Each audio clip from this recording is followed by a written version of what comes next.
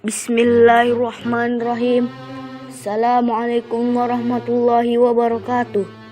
Alhamdulillah rabbil alamin, wassalatu wassalamu ala asrafil anbiya'i wal mursalin sayyidina Muhammadin wa ala alihi wa sahbihi ajma'in.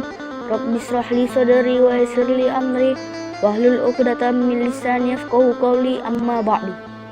Puji syukur atas kehadrat Allah yang Maha Kuasa yang telah memberikan kita banyak nikmat. Di antaranya nikmat iman, nikmat Islam, nikmat kesehatan, dan masih banyak nikmatnya yang Allah berikan pada kita. Mengapa kita harus bersyukur atas nikmat Allah? Karena dengan bersyukur, nikmat itu akan ditambahkan oleh Allah. Sebagaimana firman Allah dalam Al-Quran surah Ibrahim ayat 7 yang berbunyi, A'udzu billahi minasyaitonir rajim. Bismillahirrahmanirrahim. La in syakartum la azidannakum wa la in kafartum inna azabi lasyadid. Barang siapa yang bersyukur atas nikmatku, kata Allah, maka akan aku tambah nikmat tersebut. Dan barang siapa yang kufur atas nikmatku, kata Allah, ingatlah azabku sangat pedih. Yang kedua, salawat berangkaikan salam tak lupa kita adakan pada junjungan Nabi besar Nabi Yuna Muhammad Rasulullah Sallallahu Alaihi Wasallam. Semoga dengan banyak bersalawat pada beliau kita mendapatkan syafaatnya dalam kelak nanti. Amin amin ya rabbal alamin. Materi yang akan saya bawakan pada kesempatan kali ini yaitu tentang mencari ilmu.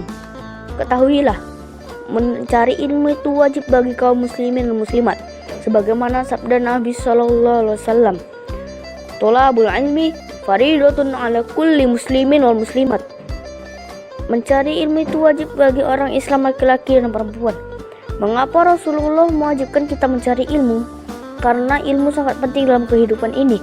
Dengan ilmu kita dapat menjadi pintar. Bahkan dengan ilmu kita dapat menguasai dunia. Kita dapat menguasai gunung, bulan, bintang, langit, tumbuh-tumbuhan, bahkan binatang buas sekalipun. Tetapi jika kita tidak berilmu, kita akan menjadi bodoh, tidak tahu apa-apa.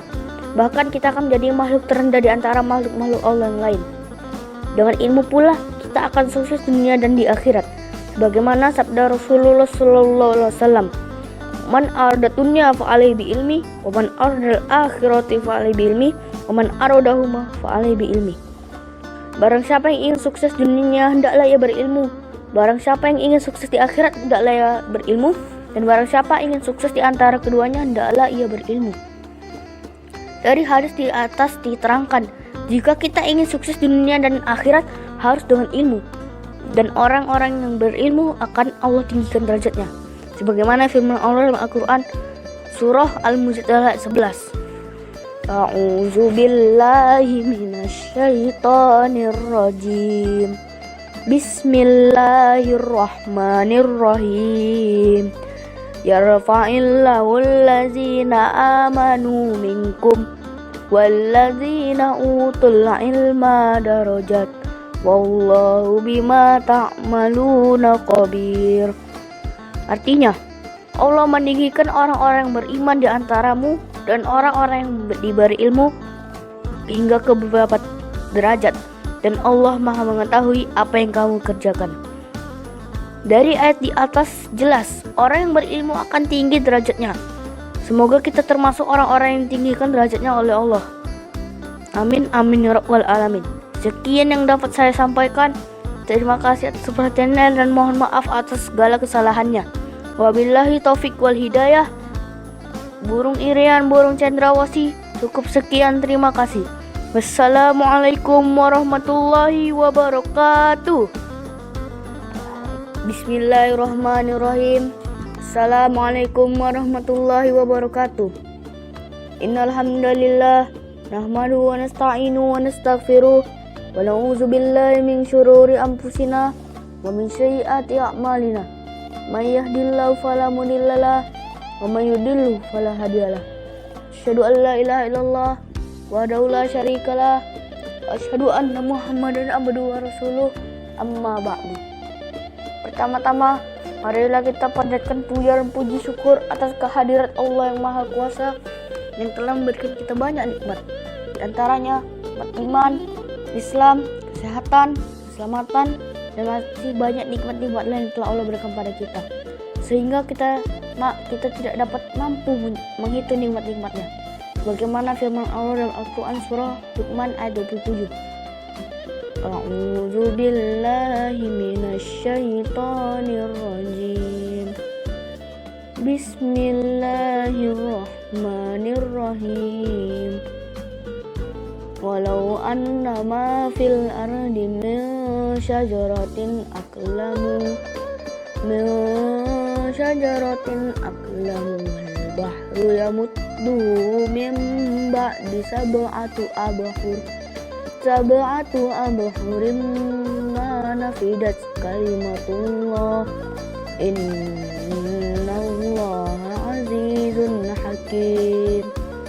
Dan seandainya ranting-ranting pohon di bumi menjadi pena dan lautan menjadi tintanya, ditambahkan kepadanya 7 lautan lagi hingga kering, maka tidak akan cukup menulis nikmat-nikmat Allah. Sesungguhnya Allah Maha Perkasa dan Maha Bijaksana. Kedua, salawat dan salam marilah kita adakan pada junjungan alam Nabi besar Nabi Muhammad Sallallahu Alaihi Wasallam. Semoga dengan banyak bersalawat pada beliau kita mendapatkan syafaatnya dan hisab kelak nanti. Amin amin ya rabbal alamin. Materi yang akan saya bawakan pada kesempatan kali ini yaitu tentang puasa. Sebagai manusia yang baik, kita harus selalu berupaya membersihkan jasmani dan rohani kita, dan kita dituntut untuk semakin baik dan semakin bertakwa kepada Allah. Karena ketakwaan itulah kita akan bahagia di dunia dan di akhirat, dan surga Allah sediakan bagi orang-orang bertakwa. Sebagaimana firman Allah dalam Al-Quran surah Ali Imran ayat 133 yang berbunyi, Bismillahirrahmanirrahim. Wasari'u ila maghfiratin min rabbikum wa jannatin 'arduhas samawati wal ard u'iddat lil muttaqin. Dan bersegeralah kamu mencari ampunan dari Tuhanmu dan mendapatkan surga yang luasnya seluas langit dan bumi yang disediakan Allah bagi orang-orang bertakwa. Bagaimana cara mendapatkan ketakwaan itu? Cara mendapatkannya diantaranya dengan berpuasa. Bagaimana firman Allah dalam Al-Quran surah Al-Baqarah ayat 183. Bismillahirrahmanirrahim. Ya ayyuhalladzina amanu kutiba alaikumus syiyam kama kutiba alal ladzina min qablikum la'allakum tattaqun. Wahai orang-orang yang beriman, telah diwajibkan atas kamu berpuasa sebagaimana yang telah diwajibkan atas orang-orang sebelum kamu agar kamu bertakwa. Dari ayat Al-Quran di atas jelas tujuan puasa itu untuk meningkatkan ketakwaan kepada Allah. Tapi kenapa kebanyakan orang berpuasa tidak semakin bertakwa? Karena kebanyakan orang berpuasa hanya menahan haus dan lapar saja. Hal ini pernah disabdakan oleh Rasulullah Sallallahu Alaihi Wasallam. Rubbas shaimi laisa lahu min siyami ilal ju' wal 'atas. Berapa banyak orang berpuasa tidak mendapatkan apa-apa dari puasanya kecuali lapar dan haus saja. Maksudnya, orang yang hanya menahan haus dan lapar saja tidak akan mendapatkan pahala dari puasanya. Oleh sebab itu, supaya kita mendapatkan pahala dengan menjadi hamba Allah yang bertakwa, maka kita harus menguasakan tangan dari mengambil yang bukan milik kita, menguasakan mata dari melihat yang tidak baik, menguasakan mulut dari menceritakan aib orang lain, dan menguasakan seluruh anggota tubuh dari melakukan hal-hal yang dilarang oleh Allah. Kalau kita mampu melakukan hal ini, insya Allah kita akan menjadi orang yang bertakwa dan kita pasti masuk surga. Mudah-mudahan kita semua menjadi orang yang bertakwa dan masuk surga. Amin amin ya rabbal alamin. Demikian yang dapat saya sampaikan. Lebih dan kurang saya mohon maaf. Kepada Allah saya mohon ampun. Wabillahi taufiq wal hidayah. Assalamualaikum warahmatullahi wabarakatuh. Bismillahirrahmanirrahim. Assalamualaikum warahmatullahi wabarakatuh. Alhamdulillah. Alhamdulillahillazi khalaqal insana wa 'allamahul bayan. Asyhadu an la ilaha illallah wa asyhadu anna Muhammadan abduhu wa rasuluh. Allahumma shalli wa sallim wa barik ala Muhammad wa ala alihi wa ashabihi ajma'in. Amma ba'du. Pertama-tama, marilah kita panjatkan puja dan puji syukur atas kehadirat Allah Subhanahu wa ta'ala dengan mengucapkan Alhamdulillahirabbil alamin. Karena kita masih diberi nikmat kesehatan, panjang umur, kesempatan, dan masih banyak nikmat lainnya yang telah Allah berikan pada kita. Sampai-sampai kita tidak bisa menghitung berapa jumlah nikmat yang telah Allah berikan pada kita. Sebagaimana firman Allah dalam Al-Quran surah An-Nahl ayat 18. Ta'uddu nikmatallahi la tuhsuha. Innallaha laghafurur rahim. Dan jika kamu menghitung-hitung nikmat Allah Subhanahu wa ta'ala, niscaya kamu tidak dapat menentukan jumlahnya. Kedua, salawat dan salam mari kita adakan atas junjungan alam Nabi besar Nabi Muhammad Rasulullah Sallallahu Alaihi Wasallam. Semoga dengan banyak bersalawat kepada beliau, kita mendapatkan syafaatnya dalam hisab kelak nanti. Amin, amin ya rabbal alamin. Alhamdulillah, malam ini kita telah masuk malam ke-1 Ramadan. Di bulan ini kita dianjurkan untuk senantiasa memperbanyak amal kebaikan, karena pahala kebaikan kita dilipat gandakan oleh Allah. Di antara kebaikan yang sangat dianjurkan adalah membaca Al-Quran atau dekat dengan Al-Quran, karena di bulan ini diturunkannya Al-Quran. Sebagaimana firman Allah dalam Al-Quran surah Al-Baqarah ayat 185. Syahrul Ramadan allazi unzila fihil Qur'an hudal linnasi wa bayyinatin minal huda wal furqan.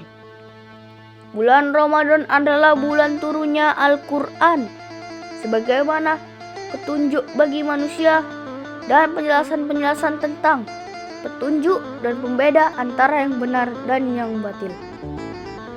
Ayat ini mengisyaratkan kita agar lebih dekat lagi dengan Al-Quran, baik dengan membacanya, mentadabburinya, dan menafsirkannya. Kalau kita lihat para ulama salafus shalih, mereka sangat dekat dengan Al-Quran terutama di bulan ini. Misalnya, Imam Malik meninggalkan kitab hadisnya dan dia fokus pada Al-Quran. Imam Syafi'i mengkhatamkan Al-Quran 2 kali setiap harinya di bulan Ramadan. Mengapa mereka sanggup melakukan hal itu? Karena mereka tahu dengan Al-Quran orang tersebut akan menjadi mulia. Anak kecil akan dihormati kalau ia dekat atau hafal Al-Quran.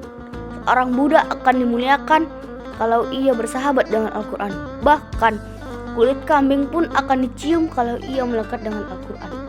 Dan malam Lailatul Qadar menjadi malam yang mulia karena pada malam tersebut diturunkannya Al-Quran. Sebagaimana firman Allah dalam Al-Quran surah Al-Qadar ayat 1. Inna anzalnahu fi lailatul qadar. Sesungguhnya kami telah menurunkan Al-Quran pada malam kemuliaan. Berarti siapapun yang dekat dengan Al-Quran akan menjadi mulia. Oleh karena itu, mari kita dekatkan diri kita dengan Al-Quran, terutama di bulan Ramadan ini. Maka insya Allah jika kita dekat dengan Al-Quran, maka insya Allah kita akan dimuliakan. Demikian yang dapat saya sampaikan. Lebih dan kurang saya mohon maaf. Pada Allah saya mohon ampun. Jika ada jarum yang patah, jangan disimpan dalam peti. Jika ada kata-kata saya yang silap dan salah, jangan simpan di dalam hati. Assalamualaikum warahmatullahi wabarakatuh.